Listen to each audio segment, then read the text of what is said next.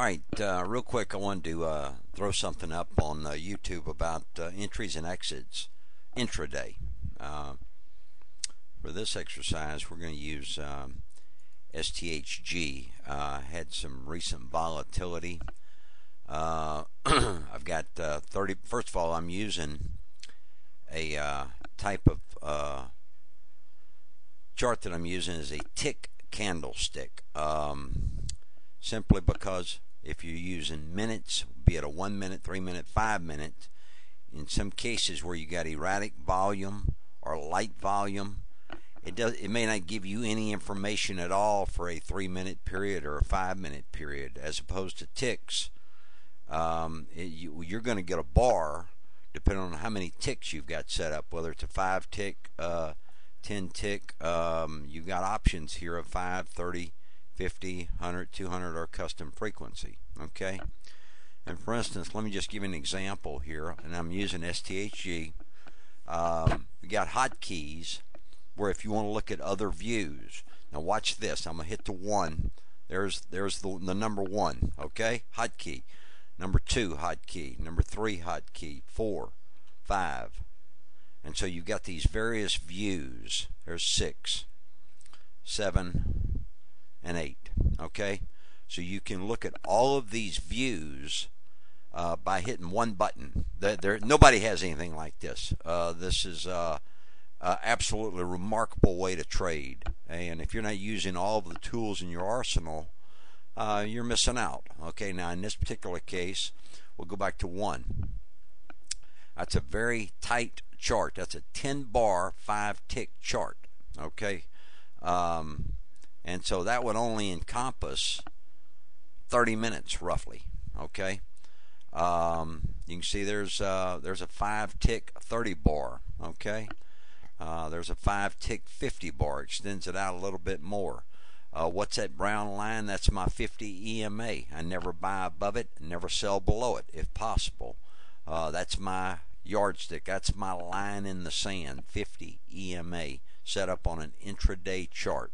Okay, it's subjective to I'm sorry, that's not the right word. It is applicable to this chart and this time frame. It's not a daily 50 days. In other words, it's 50 EMA applicable to the time frame that we're looking at. Okay. There's the 50. It's just sort of following it here, and this is on 5 ticks, and this is over 1, 2, 3, 4, 5, 6, 7, 8, 9, about 12 days here, I guess. Okay, and so there's a variety of ways to do it. This is on one with medium volume. Okay, if say you're going to one, let's find one with some high volume on it. That's got some movement. That's not at trip 1, trip 2. I rarely chart trip 1, trip 2, 3, 4. It's just too hard to do. Here's DGMA from the other day. Has had some pretty good movement. But you can look here. We right click, we go to 5 ticks chart period, we go to all data, and you can see, and then you hit the push the control button down, run your cursor over, and you can see. Alright, now we're at 5 ticks here. We want to take a look at where the bottom is on this thing. We start bringing it down. Let's go to 30. Okay, let's look again. Control, looking for a bottom on this thing. We can play around with the cursor here, and we see that this thing is trying to put in a bottom here. It was at 0014 on Tuesday. It's come all the way down to a trip 4 number. Okay, it's trying to rebound a little bit. That's this one. That's DGMA. We can look at some others here. Let's look at another favorite of mine, which is EFGU, and I'll show you it's not a heavily traded stock. Here it is down here, And so the chart's not going to tell you a hell of a lot. In that particular case, what I'll do is simply watch level 2, and I think my level 2 is not coming up on this one tonight, but I'll watch level 2. I'm so familiar with where the thing trades. I know about where my buy points are, and you can see that this thing's been in pretty much of a channel here from 6 to 7, 8, somewhere in there. So there's not a lot I can do intraday on this one. Even if I bring this in, excuse me, even if I bring this in, it's not going to tell me a hell of a lot unless the volume is there. Here's one from the other day, NEP. We watched this thing just sort of trickle on down, and it's coming down, and we're watching for an entry on this thing. I'm not in it yet. And this is Friday. It was at a high of what was that, 530, something like that, 530 something. This thing is just it's just coming down. And so what we'll do, oh, not wrong one, hang on a second here, hit our control button right there. Now we're waiting for a turn. Let me bring this in a little closer here. What we're looking for is a crossover of that red T3 line. We want the in perfect order. Okay, let me back up here, and I'll show you what it looks like when a stock's moving up. Let's just see if we can.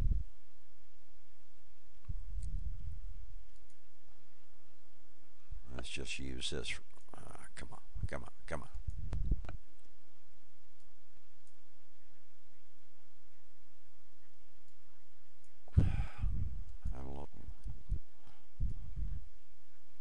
Being old tonight, gang. All right. When you get a cross, let me show you what this looks like up close here. What you're gonna see now, this is zeroed in pretty good. You're gonna see the red cross the blue cross the white. Okay, and that's perfect order. The way I have it is T3, T5, and T8. Okay. And you can see we're following it up, and you see the breakdown right there, okay? And your breakdown is going to be shown on T3s 70% faster than it will on EMAs, which is shown 30% faster than it is on SMAs. And because lag has been almost knocked out completely. And if you don't know what lag is, you need to look it up. Lag is the time frame between actual movement of the stock and what the chart reflects. Okay, so you have to pay attention to lag. That's why I use T3s, because it'll show up faster on the chart than it will on a T3 on a 1 minute chart, or an EMA chart, or an SMA chart. That's why I use the T3s, okay? And you see, I can see this breakdown here coming right here, and you got a full breakdown right here, okay? And so that took place at 10, whatever in the hell this is, 10:45. Now you see you got a what appears to be almost a full breakout again, but doesn't quite make it. See? And it's not, your T3, T5, T8 are not in perfect order, you see. So now here it is coming up right here. You see, now mind you, I can't see what's taking place to the right of my cursor, but I can see what's going on right here, that the T3, T5, T8 are lined up. So from here at 10:53, it probably should go, okay? And it did for 3 minutes. Then it broke down completely, you see. So you would have an opportunity to see it ahead of everybody else. You get out, okay? And so now it's just sort of sliding right in here. You can see it heading south. There's your breakdown below. Well, there it started right up there. It sort of slid right in there, and then it broke down right here, and you can see the breakdown taking place. Okay, so and now it's back in buy range. Well, no, not quite, not quite. I wouldn't be a buyer here, although that's a pretty nice little pullback, but it's still not enterable. Let's just watch. Now, see there it is breaking down even more. Okay, now I don't mind telling you I fudged. I know where this thing ends up here because I'm watching it at $4 and something. Okay. However, if you're watching this in real time, it's basically about the same thing. Okay. And in some cases, you're gonna miss. You're just not gonna hit them. Simple as that. You know, you're gonna get left behind. It happens. Deal with it. You're gonna have misses. You can get in and out quick. If one works against you, in some cases, I may buy one, and within 45 seconds, I'm out. If I don't like it, I see, hey, wait a minute, whoa, I don't like this at all. I'm out. I just do not fool around with it. Let's find another, I don't know, maybe here's Tivu. What did this one do? I hadn't been really following this one too much. Let's pull up all data on this thing. Well, we can see that it was breaking down up here. That was Wednesday a couple weeks ago. Started coming down. But I'll be honest with you, it looks like this thing could be trying to make a little turn here. Let's just zero in on this thing, and I'm just looking at it here. Yeah, it is. There was a nice bounce off the bottom there around that 331 number, something like that. And that thing, this is Friday. You had here. Let's look at this a little closer.